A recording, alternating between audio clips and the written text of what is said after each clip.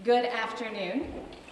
Several of our caucus members that we're going to talk about today are in committee, so forgive us on that. They will be available to take questions on specific bills if you have them. But I appreciate y'all coming. Respect for the outcome of elections is at the core of a functioning democracy. During an election campaign, opposing political camps work to convince voters to support their side. But once the voters have acted, their decisions must be respected. When government refuses to follow clearly stated voter directives, however, democracy itself is threatened. Last year, Missouri voters made several policy decisions that the Republicans who control state government don't like. Instead of accepting those decisions, Republican leaders in some cases are working to undo them. Democracy will not thrive if the outcome of elections are treated as mere suggestions that those in power are free to ignore. Not only will the House Democrats continue to oppose Republican efforts to repeal or weaken voter-approved laws, we will seek additional constitutional protections to guard against legislative meddling in voter decisions.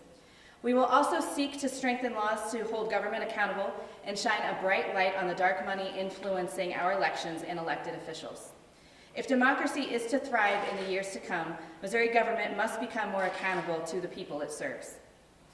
I'd like to highlight several bills today that the Democratic Caucus is working on.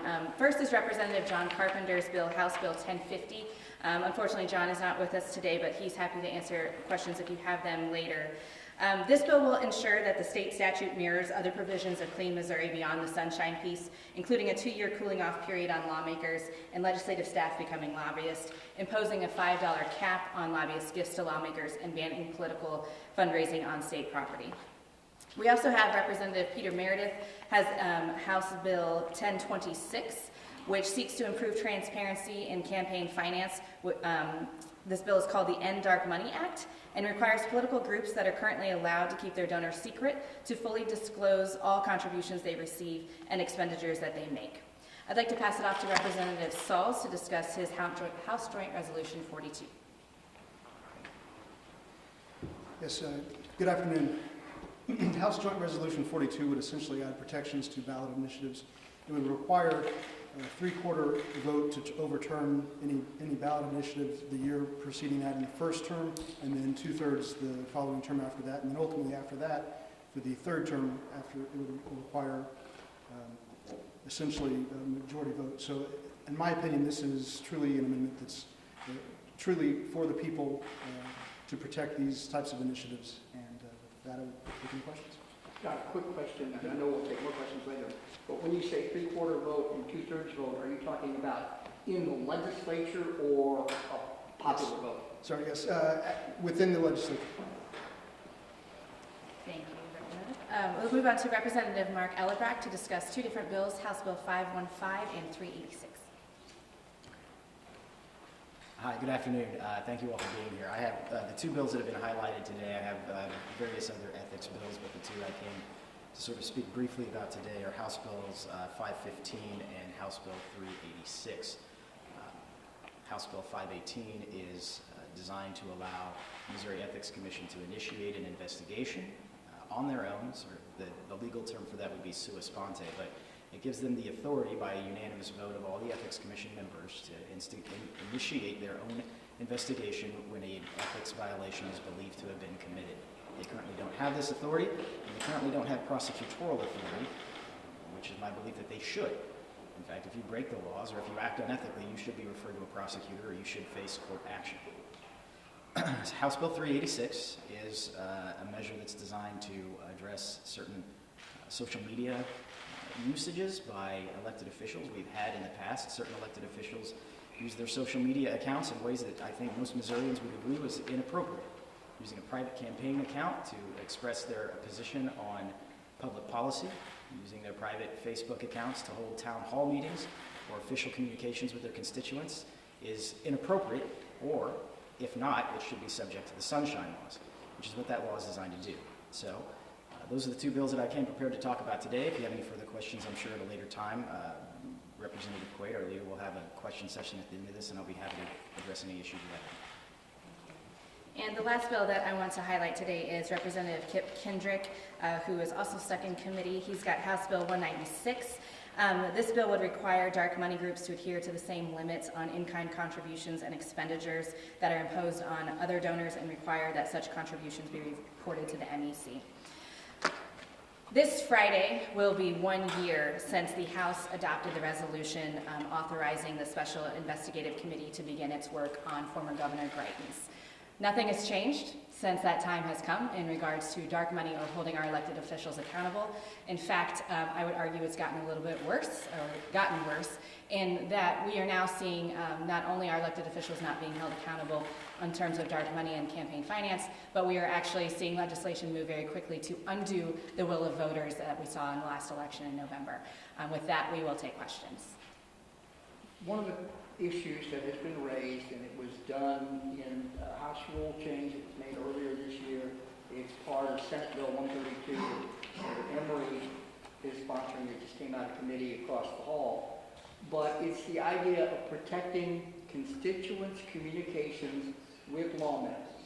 So if I'm your constituent and I've got a personal issue with a government agency that I think you can help me with, but I really don't want all my press colleagues to know about it, don't you want to protect that kind of communication? Definitely, and it's already protected under the Sunshine Law of 73.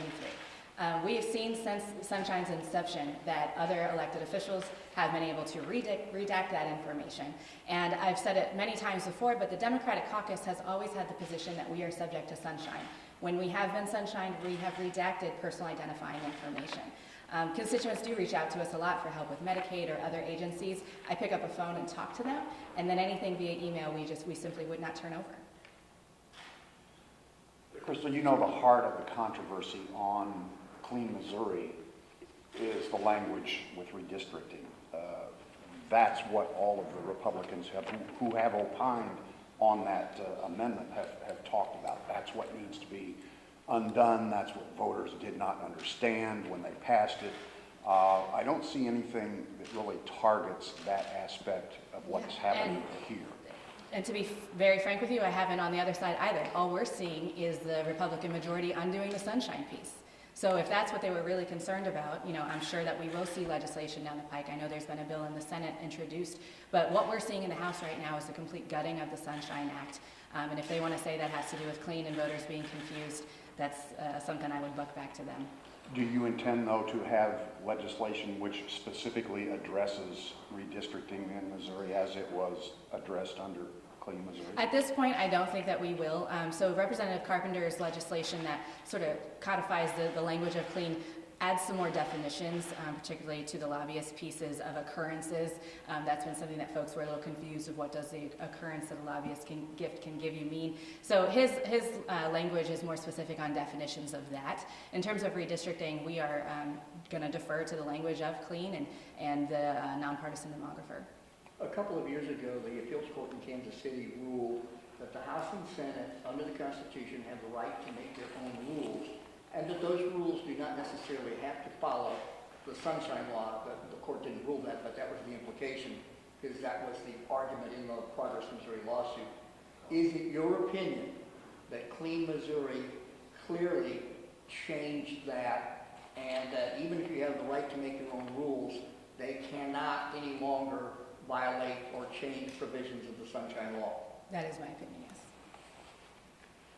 There's a bill being heard this afternoon, I think maybe right now, that would amend the state demographer portion of the Clean Missouri to create an online portal where people can send their input. Is that the kind of thing that you're worried about in this press conference, or is that a normal tweak that would be? To be honest, I haven't read the legislation yet. I have heard that this hearing is going on, but I haven't looked at it yet. In terms of the point of this press conference, it's kind of twofold. We need to be listening to the voters, and overwhelmingly they said that this is what they wanted, and we as a legislature should not be undoing what they asked us to do. Second piece of that would be the fact that we, as I said a year ago, have started a conversation around dark money and what that means, and holding us accountable and having transparency, and we've seen nothing around that from the majority party moving through the legislature. 501c4s are not required under the federal regulations to announce their donors. How do you think that the state can force them to do something that the feds don't? I'd like to send that to Representative Elbrock since he's got legislation dealing with this. Thank you. Madam Clerk. First of all, I would like to address something that was said just a minute ago. The presumption that the voters did not know what they were doing when they voted for Clean Missouri is offensive to our democracy. It's offensive to logic, and it's offensive to us as a body. We hold these seats because of the will of the people that put us here, and then to question that they didn't know what they were doing is absurd. That's the position that I would take, and I would encourage my colleagues on the other side of the aisle to take as well. So, in answer to your direct question, if a 501c4 participates in largely political activity, then I would think that it's up to the state of Missouri to fashion laws that would allow us to see who their donors are. If they are truly a charitable organization and they don't involve themselves in public policy, or they don't actively attempt to influence legislation through the lobbying process, then I would say that the federal protections still apply. But we have 501c4s here in Missouri that hire lobbyists, that participate in the legislative process by attempting to influence legislators through their lobbyists.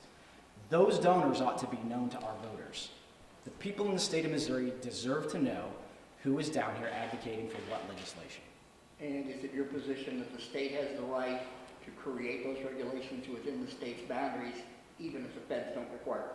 That's right. It is my position that the state laws can be more finely delineated to include those corporations, those 501cs, that participate in the legislative process.